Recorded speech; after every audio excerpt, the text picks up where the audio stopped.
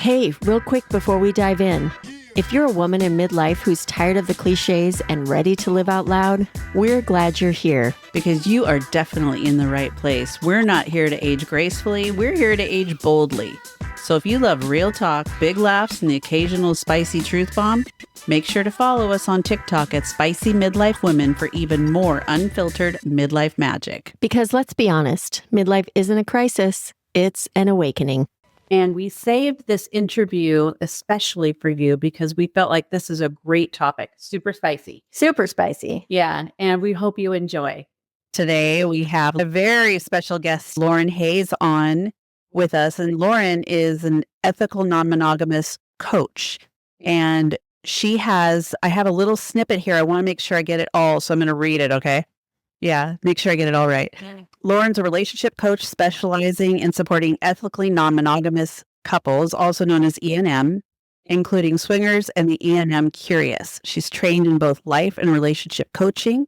She assists couples in navigating and engaging in the swinging and non-monogamous lifestyle community in the healthiest ways.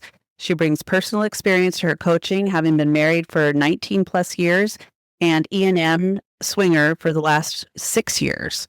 5 or 6 years, I guess now. So anyway, welcome and thank you so much for being here with us today. Yeah, thanks for having me. And I realized I didn't update my website. I've married 20 years now. Oh my gosh. And we've been swinging for 6. So yeah. Okay, so you just had an anniversary, huh? Yeah. Yeah. So that was some of the things that we were talking about, being in a monogamous relationship to start with, and then the transition that you both made into the lifestyle that you now are practicing. And we're so curious about just how those things started for you and your husband. So if you want to just get started with that, and then we can get into some of the other questions maybe that we'll run across. I'm very curious. We need to dive in, and I want to know how this transitioned for you. Yeah. Okay. Yeah. So it's kind of a 2-part story, and you'll know some of this because you read the book. But the first part was just that there was a friend of a friend, a guy friend, I kept meeting him at parties and stuff, and we just always really connected. And he said one time he'd like to get to know me better, and I was like, me too. So we went out for coffee, and I was married. My husband's was a little curious about why I was going, but I've always had guy friends, so I really didn't even think twice about it. And then at that coffee, he asked me if we had read a book called Sex at Dawn, which is by Christopher Ryan, and it's a scientific book that kind of just questions the narrative that our culture has on monogamy. It came out that he and his partner were polyamorous, and he was hoping or asking if my husband and I were polyamorous because he wanted to really get me to know me better. So I said, no, we're not. But I am fascinated. Tell me everything. I just found that kind of like you guys are today. I was just very curious. So we talked for a long time about it. I went home, told my husband, what the thing was, and he was not surprised that he was actually hitting on me. And also, he was so curious. He was like, okay, tell me everything. So we, neither one of us were interested in doing it at that time or in polyamory, but it was just fascinating to both of us. The other thing that I did is for about a week or two, this excitement of having somebody else really hit on me like that and show interest in me. So we always had great sex, and for 2 weeks, it was just kind of off the charts. There was just a little extra energy in there. So, but we had small children at the time. We were in that phase. We were just kind of tired and didn't have enough time for each other, let alone anyone else. So then fast forward maybe 6 or 7 years. I'm not exactly sure about that. But then my husband just randomly brought up one night. I was walking through the bedroom. He's like, I feel like there's something more. And somehow I knew he was talking about our relationship, and my heart started beating, very fast. And I said, so you want a girlfriend? And he said, no, I don't think I want a girlfriend. I do feel like there's something else out there. And I was like, I don't know what you're saying to me right now. Yeah. It's mean. And he said, I don't know. And actually, what I know now is that was a kind of good that he didn't know what it meant. He can get into that in a little bit. but it became kind of an exploration. Of course, a lot of stuff came up for me, like, are we not happy? Like, I thought we were happy. Like, this is really confusing to me. And, am I not enough? Is this something that I'm not fulfilling my, this relationship? And it was just a lot of reassurance that those were not the cases. And then we essentially just started doing a lot of researching together. I started researching sexual retreats. Now, when you look up sexual retreats, one, is you find a lot of things that's like trying to fix your relationship, or like if you're, getting the spark back. And I was like, I feel like we have a lot of sparks, so this is not feeling like it's fitting. And the other thing that will come up is like swinger resorts, lifestyle resorts, and things like that. And so I took that back to him and I said, is this what we're talking about? And he was still like, I don't know, like maybe. And then eventually we found a book called The Ethical Slut. Okay. And that really helped us a lot. We started reading it chapter by chapter, understanding ethical non-monogamy, all the different ways that it can be practiced, how one goes about it, how, the things that are important to address in a relationship, and all the things. And that just kind of became our guidebook for a little bit. The Ethical Slut. Is that what you said? Okay. That's the name of the book. Yeah. So you were talking, let's go back for a second to that walk through the bedroom when he says, I think there's more out there. That was one of the that I had taken, is like, you said your heart started to pitter patter and all of a sudden you're like, what does he mean? What is he talking about? Am I not enough? Was that his feeling when you had come home and told him about the guy that was hitting on you? Was he jealous about that? Or was he feeling like, that's typical what you would find, right? That's a great question. That's a great question. I didn't sense that he was jealous about the first meeting. I don't think it was at all the same. I mean, if I had come home and said, hey, this guy told me about polyamory and hey, I'm all over it. Yeah. And that might have been a different thing. But we were both on the same page around like, this is fascinating, but not something we were interested in. Okay. I was just curious about that. So going on into it, I was looking through your book and like the first one that you had referred to was creating your own damn life and really defining what it is you want. And I know a lot of people don't really walk into relationships, monogamous or otherwise, talking about that to the degree that you think you would need to have a really strong foundation of a relationship. So what are you referencing there when you were talking about that? Yeah, so I think it's very interesting because once you create something that is outside of the culture's norms, what I've really recognized is we don't ever choose monogamy. We just do it because that's all that we know. It's all that we've been taught, generally speaking. People know about other things. But it's not a conscious choice by any means for most people. And the other thing that I say about that is that we don't even do monogamy very well. Our divorce rates are quite high. I think a lot of people are in unhappy relationships. And it's because we are fed a lot of messages about what monogamy is meant to be or should be, but that is not really based in reality. And what I think is interesting, and when I was doing my relationship coaching training, which is Gottman, there's so many very short, to the point books, literally how to do marriage well. Yeah. They're one of their most famous books is like the 7 principles on how to make a marriage work. And these are not difficult, premises. If I had to summarize that book, I would say be kind and generous to your partner most of the time. And when you're not, apologize. It's that simple, right? But for some reason, it's hard for us humans to do. But the point is that most people don't ever even read that book. We just kind of go into monogamy with these expectations that, like you said, we never talk about. So expectations are let down and it doesn't really work out the way that the movies have taught us that it might. The rom-coms. The rom-coms are not accurate. Right.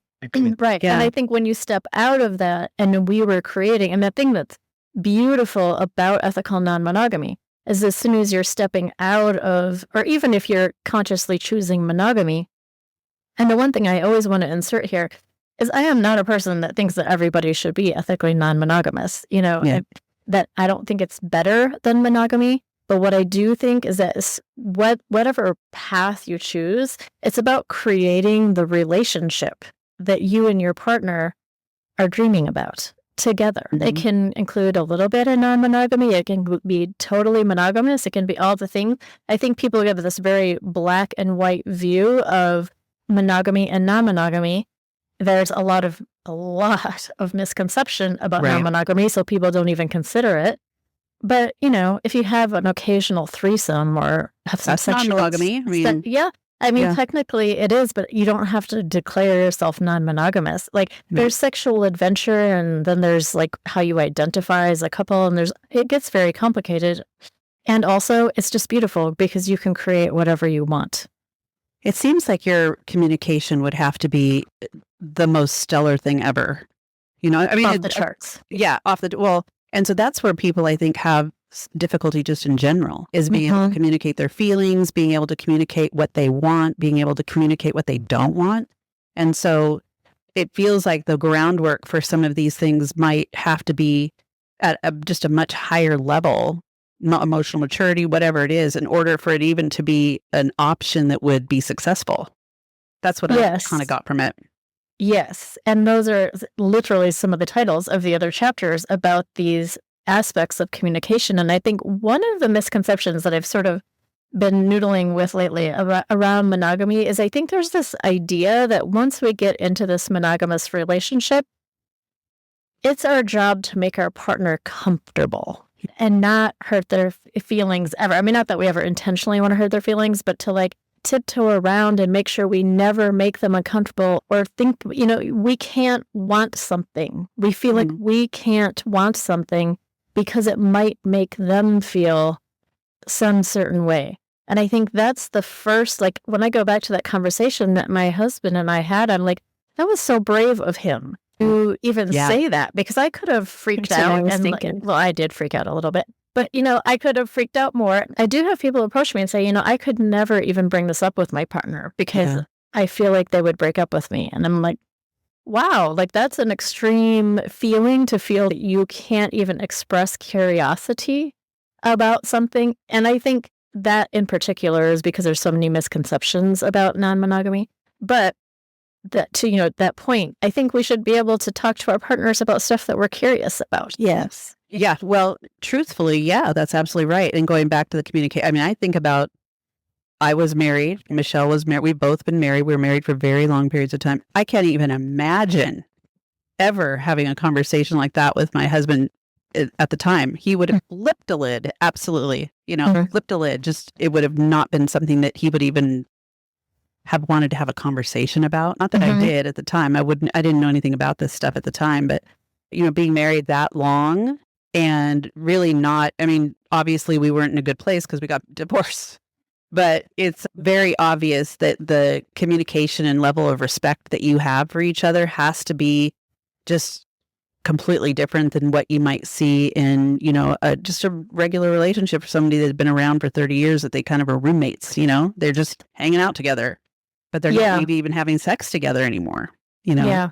Well, and Esther Perel always talks about that too. The way you keep a relationship vital is by doing new things that are also a little risky and dangerous. Yeah. So it happens to be that swinging and non-monogamy can kind of check that box, but it is a practice to keep finding things to do together that do check that box of, I don't know. I always say rock climbing or sailing or something that's really challenging that neither one of you know how to do.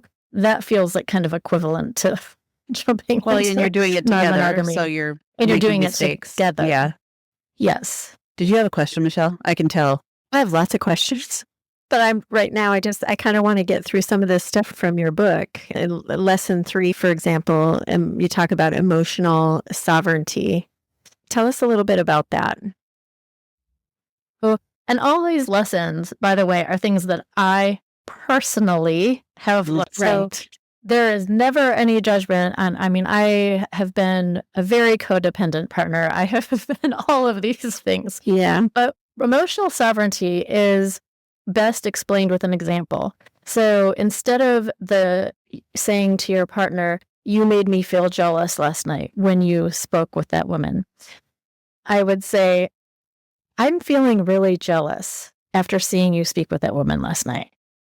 Now, it seems like a subtle shift, but in the first example, you are immediately blaming your partner for Right, making putting it you on. feel a Yeah. certain way, which, by the way, is actually kind of an impossibility. No one can make you feel any particular way. I think we Right. can agree on that. Yeah. The second one, by saying, I feel jealous, it just creates a little space of that they can actually ask, like, oh, why? Why do you feel jealous? Why did that make you feel jealous when it hasn't made you feel jealous in the past? There's like just this tiny bit of space for them to not be on the defensive and to actually be curious about why you're feeling that way. And I think the term emotional sovereignty sometimes, it is about owning your emotions and deciding what you want to do with them. You know, sometimes you're like, okay, I drank too much last night. That's silly. That's not even something we need to talk about. That might be something you want to bring up with your partner. That might be something you want to just talk through with your best friend or your therapist or whatever is yours to own. However, what I don't want people to interpret it as is you're on your own with that emotion. Right. Because you actually do want to keep sharing these things with your partner, because that's the whole partner point of being in partnership, is supporting each other through your hard emotions. And there might be something that comes out of that conversation. So we talk a lot about agreements and boundaries and ethical non-monogamy. You know, out of those conversations, it might be something like, at least temporarily, can we set up this boundary or whatever you decide together as a couple to manage through that emotion of the day. And it doesn't mean you're on your own to do it. You are sharing, but it is yours to own. It's also actually yours to fix. So if there is something to fix, it's yours to either ask for what you need or find, your path for fixing it. Like I said, through a therapist or whatever. I think that's another misconception in monogamy, is that now I've shared my emotion with you. You're kind of responsible for it now. Yeah. That's So very first I might blame you for it. Second, you need to help me fix that. Well, I'm here to support you. I want to support you. And if you can articulate to me what you need, that's even easier. That's always the holy grail. When we can articulate to our partners what we need, that's the best. Sometimes we don't know what we need, but that's the way you want to think about this emotional sovereignty, is like, these are my emotions and I'm going to figure out what to do with them, including who to share it with. Right. In that particular chapter, you had told a story about, you use the term emotional monogamy. So non-monogamy, but emotional monogamy. So that was the agreement that you essentially with your husband. You could maybe tell the story, or maybe, paraphrase the story, but he had met someone who you really enjoyed as well, but who he fell in love with. See, that would be the thing that I would be so afraid of happening, if in that particular circumstance, because that's not what the agreement was. So then how do you manage through that? Because that's got to be so hard on you, it's got to create a lot of pain, That's pretty much the worst. That's the biggest fear that most people come into ethical non-monogamy with. Now, I did forget to define a few things in the beginning. So ethical non-monogamy is a very wide umbrella term. Then underneath that, you have polyamorous people who are in it for falling in love and having multiple committed relationships. Then on the other end sort of is swinging, which is more sexual adventure and friendship, and you're not in it so much for emotional commitment. Then there's everything in between, because like I said, people are, there's kind of switching back and forth. When you have polyamorous people that swing together, or swingers that become polyamorous, all kinds of things. But within that, you do have these agreements. Now, there are probably some, and these are the most awesome conversations to have with your partner, is some underlying beliefs around relationship and emotions and all these things. So I personally believe that we do have some control over who we fall in love with. Right. Some people believe you don't have control over that. I'm like, we interact with people every day at work, schools, different places where we play different roles with people, and we have different emotional boundaries for all of them. Sure. So it's just a practice within this world to kind of keep up those same boundaries. Does it take an emotionally mature person to do so? Yes, it does. There's nothing about non-monogamy that doesn't require a lot of emotional maturity. And that's one big reason I don't recommend it for everyone. Right. A, I don't think everyone's interested in it. And B, I don't think everyone's cut out for it. And I think that's great when people recognize that they're probably not cut out for it. And that was very difficult. Now, I think, and when you're making agreements like this, things can get a little tricky. And this is what I help clients with all the time is creating agreements and making sure we don't use any vague language. So like, we're not going to have feelings for other people. Well, I thought what does that mean? Yeah, what does that mean? Right. I mean, you have some feelings, you're turned on by that person. Yeah. But you don't have like intellectual stimulation necessarily in the same way that you would be from your partner. I mean, intellectual, sure. And here's the thing about, I think the biggest learning probably for me and where some of the biggest misunderstandings come from is that non-monogamy operates in a space that our monogamous culture has taught us does not exist. Right. So we can operate, and polyamorous are really kind of more overlapping with monogamy in this sense because, over here on the swinging end, we're like, no, you can have sex with people, you can have deep friendships with people and not necessarily fall in love with them. Well, you could love them as a friend. You love them as a friend.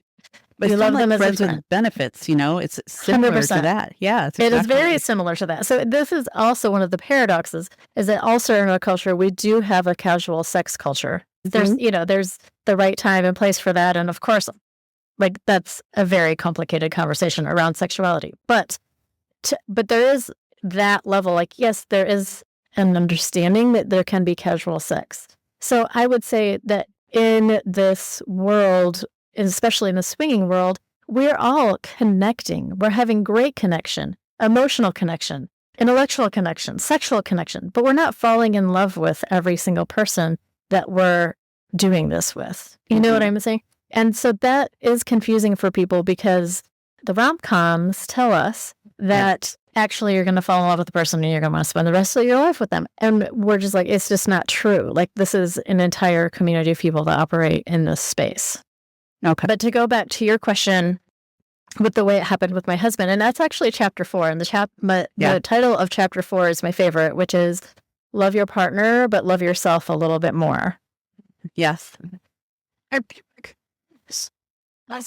almost feel like that should be your tattoo. I choose me. Is that what you ended up getting? Yeah, I choose me. It was my tattoo. On your rose. Yeah. So it's a rosebud branch, and then I choose me is like a little, it looks kind of like another branch, and it's written backwards so that I see it in the mirror. That's pretty cool. Because, like I mentioned, I had a lot of codependent tendencies in my relationship in the sense that, like, I was always putting his feelings before mine. Okay. And so when he did, we walked a path together with this friend that they ended up falling in love with each other. And it was, and I'm not ever going to say that non-monogamy is not complicated. Also, oh, no, it is complicated. It's very complicated. Sure. Yeah, absolutely. And so some things you are experimenting with a little bit. And I didn't know until we got to a certain phase that, like, actually this is not working for me. And I tried to make it work for me and it just didn't, I couldn't get there. And, then it becomes a conversation. It's like, this is what I'm talking about, the emotional maturity. It's like, maybe you should go be with her. Or maybe, there's like all these, you decide you decide as a couple. It's just like it's the pinnacle of these emotionally mature conversations, right? And really deciding what you want. Because I was also like, we are non-monogamous. There are many options here. Like, we don't have to continue on in this marriage the way that we have if this is really important to you. And so those conversations ultimately, again, will bring you back closer together because we did choose to stay together. And, I think what the other thing is that's painful when we hear about some of these situations is somebody gets hurt. Right. And that's always hard to stomach. But what I also say is that non-monogamous do not have a patent on hurt feelings. It happens Did it all create the time. resentment about I guess, breaking the agreement? I'm assuming that was an agreement. Yeah, Yeah. And for it's sure. not harboring that and keeping that, while you're trying to work through all of this. That's in my head. I'd be like, I would feel so hurt and resentful. I think that it would be really hard for me to get past some of those. I mean, that's just me. I mean, that's all I'm thinking. Yeah, Of course, and I it's do. myself. Well, I do mention this in the book too, and I think that in some ways it can mirror having an affair, except the thing that's not there is betrayal and lying. Right. So there might be some similar hurt feelings, but I think that is a very important piece that allows for, even people can heal even through the betrayal and lying, but we didn't have that aspect at all. Like, we were all upfront about all of our feelings all the time. So it wasn't, I think that made it easier. Well, it gives you a premise, certainly, to be able to speak about how you're feeling about it. I mean, you had mentioned that you were trying to make it work, and that's probably your codependent side saying, I really want him to be happy. That's the one thing that I was picking up in the book. I'm just like, wow, she's a good woman. She wants to be happy. She's like, just trying to figure this all out so her husband can be happy. And just, obviously you got to the point where you're like, this isn't working. And I tried, but it's not working. So you gave it the old college try, I guess is what I'm saying. Realize that it's not how you had envisioned things to be. And so you guys could adjust from that. And it sounds like it made you stronger based on what I was reading. It made you guys have a much stronger bond than you already had.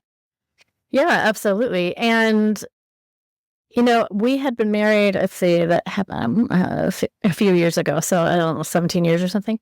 And sometimes I think, and I'm not suggesting that something so negative has to happen, but sometimes a little rupture or a little earthquake to the foundation of a relationship, and Esther Perel will talk about that a lot too, can benefit the relationship as well. Because, as you guys know, being in long-term marriages, we change as people all the time. And so this relationship has to kind of keep up. And so sometimes that readjustment is just a little more painful than other times. And that was a big thing for me, is I was very clear that he never intended to hurt me. He wasn't lying, and it was none of those things. And so that was it just wasn't what you had expected. So I actually got a lot out of reading that section, because it was pretty raw for you to be able to write about it too, Yeah, so well, of course. I sat down to write that book, and I was like, I'm not writing about that. Really? That's because I was like, that's going to be too much for people. That's everyone's worst fear. I can't talk about that. But then I sat down and, wrote that. I think you almost have to, because it's what's on people's minds. They're always like, well, what happens if this happens, So that's exactly what was on my mind, and you spoke about it. So that was helpful, to kind of get a better understanding. Yeah. It was bringing me back to the emotional sovereignty too. There's so many situations, I'm sure, where it causes you to look within. And why is this? Why am I feeling this way? It brings a lot of light and self-reflection, I would imagine. Yes. In a lot of those situations. Yeah. So much. That's why one of the other chapters, I say self-awareness is the most important trait to really have going into this, because that piece of recognizing even how I feel, being able to question how and why I feel that way. And, of course, I'm a coach. And also personal development and personal growth has been my hobby, my whole entire adult life. So that also for me was even more so why can't I get okay with this being I coach other people around this, and as I said in the book, there's an entire community of polyamorous people that do this all the time. And I understand the dynamic. So why can't I? Now, I have lots of reasons now, looking back in hindsight, why I couldn't. But at the time, it was just that struggle of of wanting everyone to be happy. That was probably it. Yes, absolutely. Yes, what I was thinking too. So we know that this is kind of an underground lifestyle, because it's not necessarily well accepted or even a lot of people don't really know about it. I mean, my only exposure has been learning some things through, in preparation for the podcast, reading your book, and having been approached by people. And I was just like, wow, okay. I didn't know I had no idea what to do, what to say. It was just, like New Year's Eve in Scottsdale, Arizona. And I was approached by the woman, just chitty chat. She was very nice. We were just chatting away. And the guy I was with in a relationship, he said, I think they're swingers. And I'm like, really? Because the guy was talking to him. And as it turns out, they were. And honestly, my guy would have been down for it because he just would have been down for it probably. He never said that. But we know him. He would have definitely been down for it. But that's really my only exposure. You just don't hear anything about it. And there's a lot of stigma. There was Michelle and I were talking about like these things about the pineapple being upside down and the white rocks. Are those just stories, or are those really things? White rocks in front of your house, the upside down pineapple. Is that the upside down pineapple is a bit of a thing. Is it? The white rocks, I would say less so. There's certain things, and you'll hear something about black rings too, but those are not. They're not. What would I say about those? Those are not. You can't count on those to be true. Okay. If you saw someone with an upside down pineapple on their front door, you could count on that to be sure. I've always thought that's like a Southern thing. Like I remember, like it's like the pineapple goes upside down when someone has it's supposed to be like hospitality or something. Yeah, it's supposed to be simple. Yeah. And I think pineapples have become, right? Yeah. Yes, exactly. I think pineapples have become so popular. So people would ask me if I just saw pineapples, they would a lot of pineapple. Like, no, that's also not. But if you saw like an upside down one, I would say there's a good chance. Yeah. I hear that on cruise ships a lot. People see those. I don't know. We wear clothes with upside down pineapples on them and all kinds of things. Yeah. I love it. Okay. Well, they have, but you're right. It is underground. Yeah. It is underground. And it is interesting that in this day and age, well, maybe not in this political climate, but in general, of a lot of acceptance around a lot of sexual preferences and different things and sexual freedom, that we are still very underground. I feel like we are sort of where the gay community was like 5 or 10 years ago. We don't tell people because of all, and really the only reason we don't is because of all the misconceptions. If people really understood it, because that's almost a podcast I go on, everybody I talk to about this, they're like, this is so different than I ever would have imagined. And actually, that's even what people say when they get into it, is they're like, oh my gosh, this is so different than I imagined. Because people do come, especially on the swinging end of things, for the sexual adventure or sexual part of it, but almost everyone stays for the community because it's just a very fun, open-minded group of people to hang out with. And it's very different than most people think. Do they have any kind of structured, planned events, like social events and gatherings? Oh, yeah. Or, I don't know if the A&M convention, I don't know. Well, we call them Facebook groups, right? There are closed Facebook groups and stuff like that. There are actually swinger dating sites. We call them hotel takeovers, kind of what you're talking about. Sometimes an event will take over most of a hotel. And there is one event, actually, it happens every year, that we call the Swinger Convention because it has a very strong educational component. And I go and do workshops and stuff like that at it every year. So it's just like everything else. When your kid starts doing a sport that you don't know a lot about, and then you realize wow, there's a whole world around this, including a World Cup of the sport. Who knows? It's kind of like that. Once you find out about it, it's just oh, it is prevalent. And the thing that we can fall into is it becomes very normal for us, and we forget how not normal and how not accepted it is outside of our world. And so we talk about that challenge. Yeah. I find that friendships and the people that you were spending time with, family, friends, that they have accepted that lifestyle with you. I know you had to talk to your kids about it when they were teenagers, right? And finally decided to share that with them. And they were kind of like, well, why didn't you tell us, kind of thing. But what about your family? Did you talk to them about it? Yeah, so my parents don't know. My brother doesn't know. My sister knows. Most of our friends know. And, in some ways, it becomes important to tell people at some point, only because like your friendships suffer.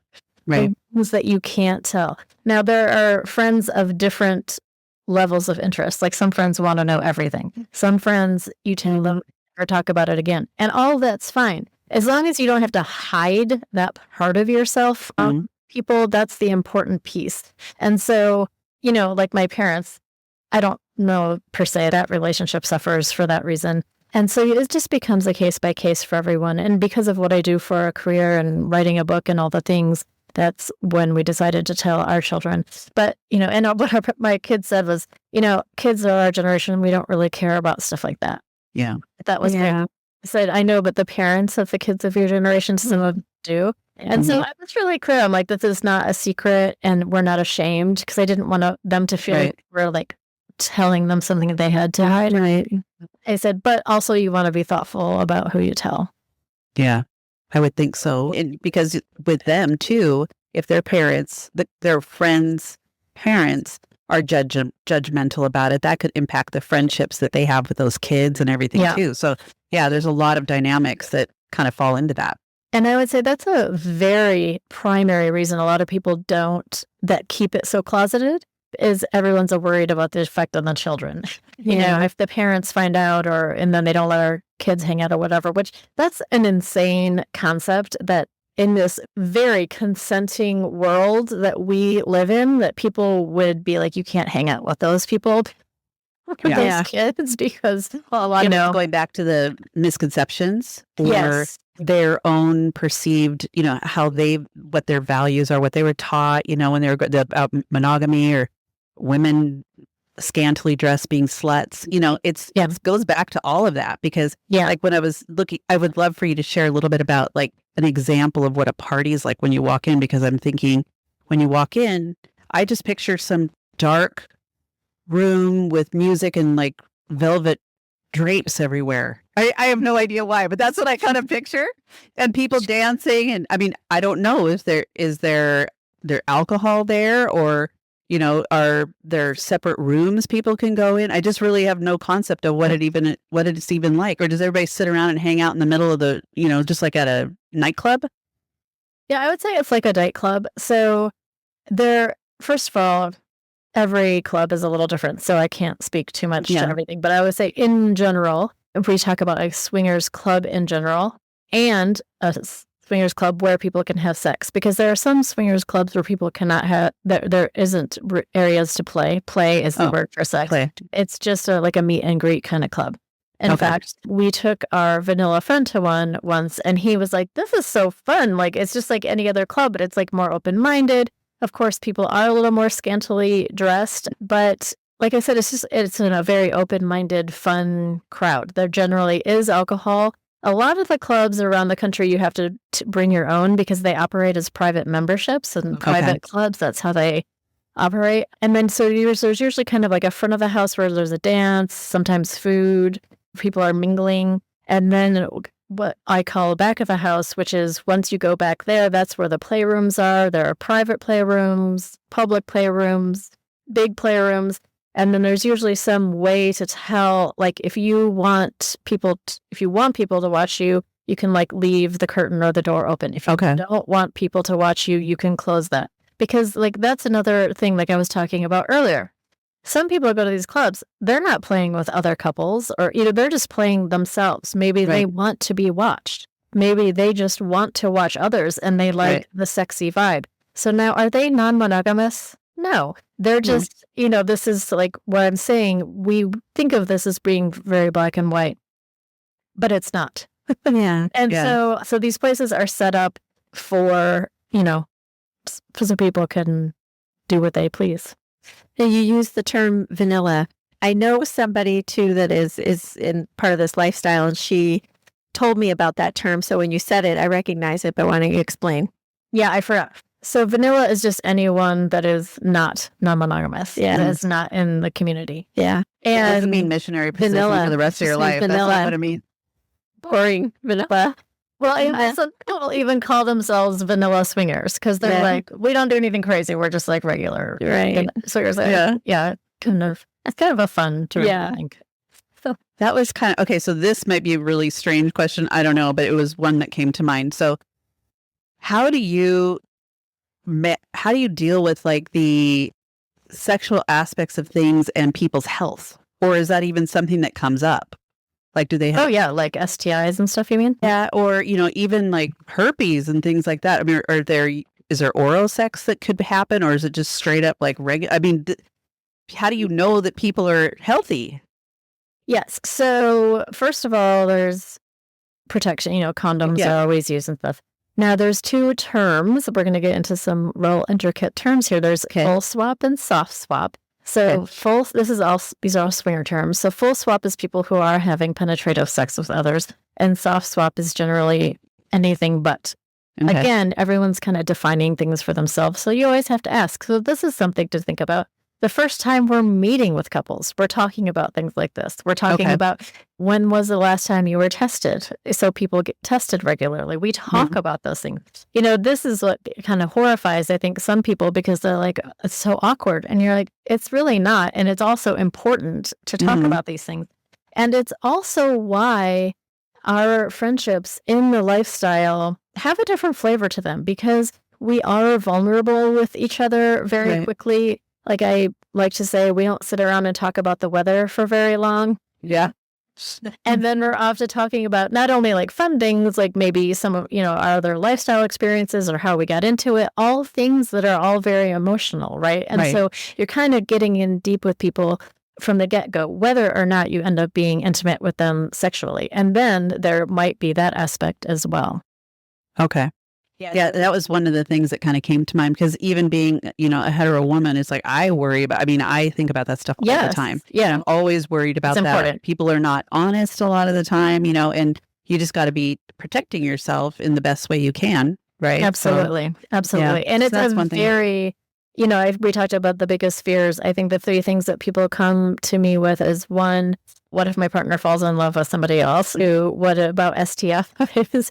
And three, just what about us wrecking what we already have? Because so here's the thing about non-monogamy that is probably one of the biggest misconceptions, is that people are doing it because they're not happy in their current relationship, when nothing else is further from the truth. People who are not happy in their current relationship should not be trying non-monogamy, because let me tell you, that will speed up the demise of your relationship. So people come into non-monogamy already feeling like they're in this great relationship, and everyone has a fear of ruining that, which is a very healthy fear. And that's the title of the book, For Better or Even Better, because you already feel like you have this great relationship. And then almost always when people are practicing non-monogamy in a healthy way, they feel even closer. Even, they're like, wow, we thought we had a great relationship before, and now it's even better. I would think the level of trust, like you're saying, it's like you could probably almost even talk about these things, it's like, oh, I saw this guy, looked pretty intriguing, or maybe you guys only do things together, or it sounded like in your book there's occasions when you would go out on your own and with maybe girlfriends or other people, and maybe he did the same thing too. But is that a part of, and again, that's something that everybody maybe does a little bit differently or agrees to a little bit differently, but is that something that would make you feel uncomfortable if your husband was going out like with people you didn't know, or is it usually people that you both agreed on being around? It totally depends on the couple. So some people never date separately. Some people do some things separately. Some people really only do things separately when both have met the other people and there's a level of trust with everyone. Some people never meet the other person that they go, oh, it just 100% depends. Yeah. Okay. I was kind of curious about that. Yeah. What else, Michelle? I don't know. I think a lot of it has been answered. Yeah, I just think as we've gone through, you see how much, misconceptions that there are about this lifestyle.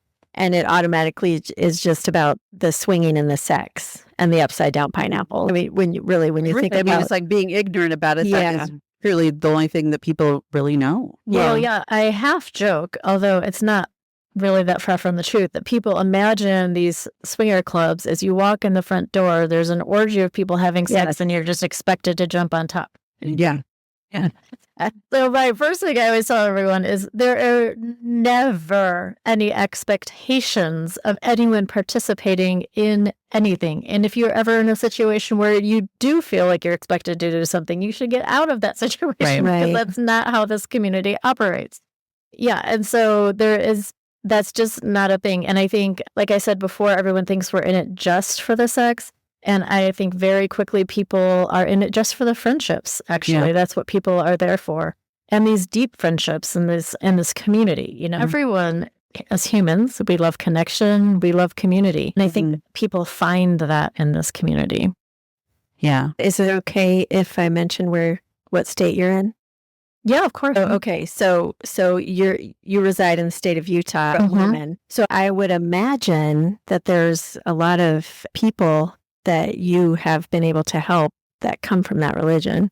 I mean, all people in general, but just knowing a lot about, the culture in that church, I would imagine. Yeah. So I'm not from Utah. We moved here 8 years ago. But almost all of our friends in the lifestyle here are ex-Mormon. Yeah. Some of them not ex. There are people who practice both. Way on the down low there. Yeah, way on the down low.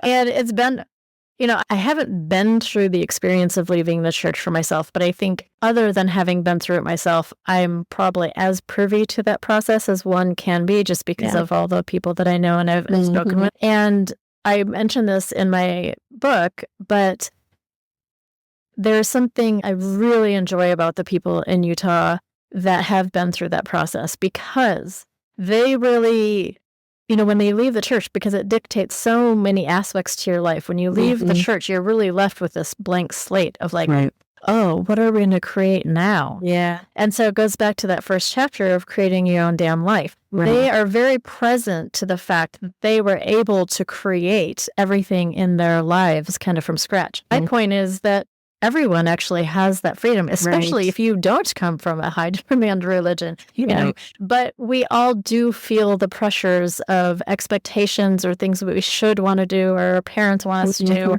or, whatever. All those things are real. But it's just a reminder for all of us that we all get to create whatever we want in our lives. But I think the people who have really been through that process of recreation, there's very evolved people there.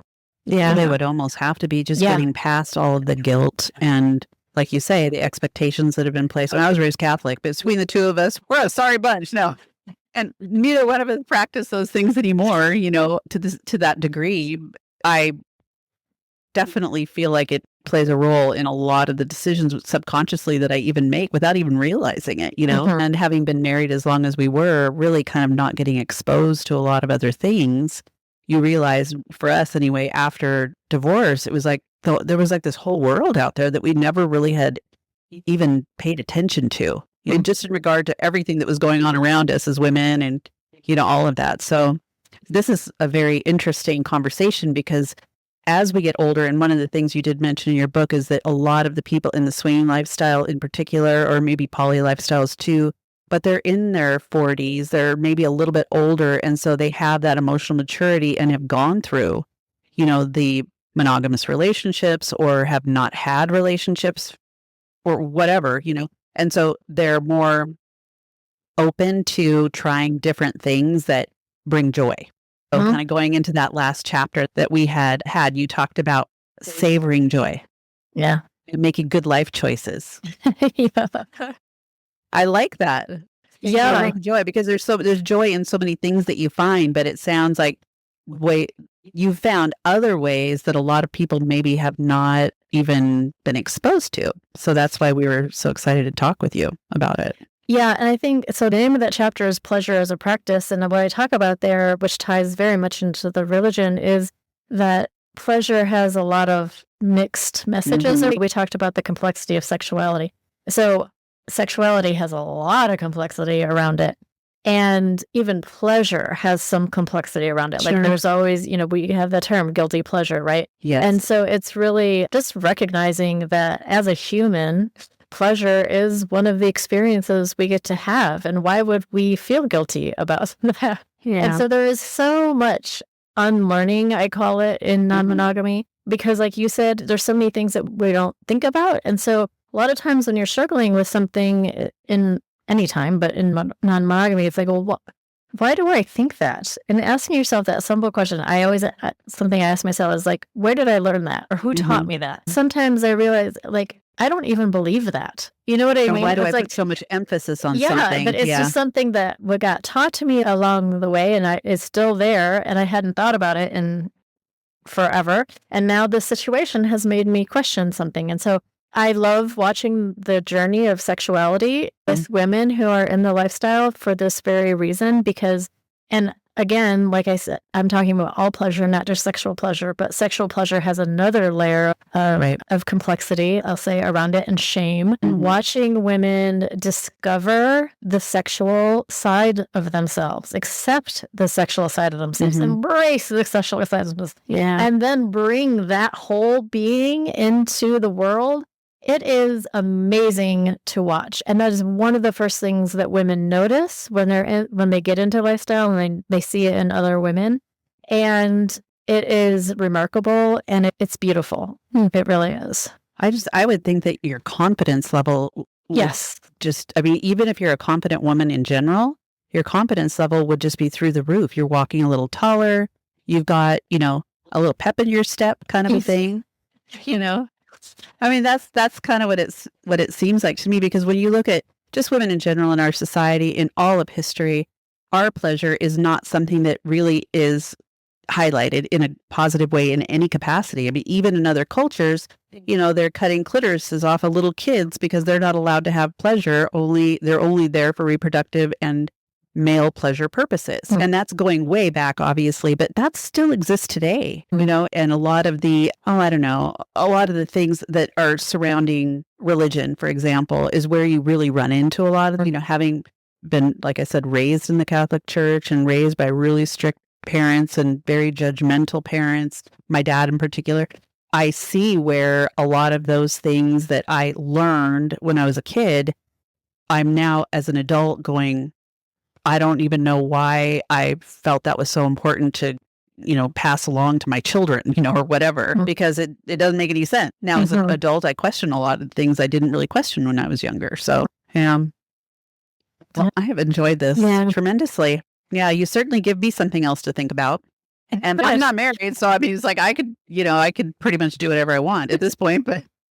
Yeah, I wanted to ask you, what was your impression of the people that were hitting on you that did turn out to be swingers? So it was a very handsome couple, from what I remember. It was a very handsome couple, and they were probably around the same age as us. So we were around 50 at the time, I think. I didn't know that's what was happening. I'm a pretty social person, but super naive. I mean, I had not been divorced even that long, maybe 2 years. I was so naive, and I'd been married at such a young age that I just thought this was this lady being nice to me. I didn't really realize that she was interested in anything other than that. Yeah. And so until the guy I was with said, I think they're swinging, because the guy approached him and they were talking. We went out and danced and everything. And I was just having fun. I didn't really think anything of it. Well, and I even asked you that in a leading way, because I think that's the thing, is like, that's one of the other misconceptions, is that as soon as a swinger is talking to you, they must be hitting on you. Or I get this all this time, is that anything, I mean, I was at this comedy club, it came out that, it was known that my husband and I were swingers and whatever, because there were some jokes made about it. And the guy on the way out, I made some kind of joke to him, and he goes, yeah, well, I don't think I wasn't joking about sex even. I was just like making a joke about meeting him. And he was like, yeah, I don't think my girlfriend would be into it. And I was like, dude, I'm not after you. I'm not, what's happening here? And that idea that we were talking about, that it's all about sex, that we're constantly hitting on everyone, maybe they were curious if you guys were open also. And so I guess you could call that hitting on, but I think that's one of the things that is very frustrating for us out in the world, is that if people do know that we are that, then they think that's all we're after, and we're not. Right. Yeah. No. Like I just said, we're really in this for friendships. So and I was just going to say, like anything, there's all different types of people representative of what the culture is, right? I know somebody who flat out was propositioned to, like, no skirting around the subject, invited him to go back to the hotel room and have sex so her husband could watch, And of course, he just didn't even know what to say. Like, I'm flattered, but no, that's okay, is what it was. But to your point, there's going to be all different types, and it's not representative of what the whole lifestyle is. And that's so true. And as so many things, the people who probably create that stereotype, they are out there. Right. Sure. Right. And unfortunately, those are the only ones that are seen because the rest of us are hiding. So, it does come from somewhere. Yeah. Well, I would love a world where, we could ask and people would be like, no, thank you. We're not into that. And everyone can just carry on. Right. You're not going to get your feelings hurt. I mean, imagine you had to figure out the whole rejection aspect of things, because you're going to be maybe running into people that are not interested or don't know anything about it. Kind of like what happened, with me. It's like, I was like, I've never even been exposed to it before, so I didn't have no idea what they were talking about. And I would say most of the time, swingers in particular are not out in the real world looking for other swingers. Like, right. That's why we have clubs and events and things that we go to. Sure. Because there's, relatively speaking, there are a lot of us, but relatively speaking, in a regular club, there's going to be a small percentage, right? So, right. That would be a bit of a nightmare. Yeah, no kidding. No kidding. Well, I have learned a lot today. I so appreciate your time and just getting to understand and know a little bit about the lifestyle that you practice. We did do one episode last year, the year before, that was on alternatives to monogamous relationship, but we weren't doing it from experience. It was more like just speaking about different types of, like, for example, Michelle's in a long distance relationship. Her guy lives in Indianapolis. In Seattle. So it's a different type of relationship. And we did touch on this, obviously very high level, because we didn't have the experience with it. So this is really helpful. And I've told some people that we're going to be talking with you tonight. They're very excited to see our episode when it comes out. Yeah, I really appreciate you having me on. It takes a level of open-mindedness for that, so I appreciate it. Yeah, and we were we'll put a link. We'll put a link for your book and everything as well in our notes, because I know there's a lot of people that would be interested in having a look. And it's a quick read. It's a quick read. And also, and I think you could speak to this, it's not for people who are non-monogamous. These lessons, these life lessons, are for everyone. And can improve any relationship, monogamous or not. Yeah. Yep.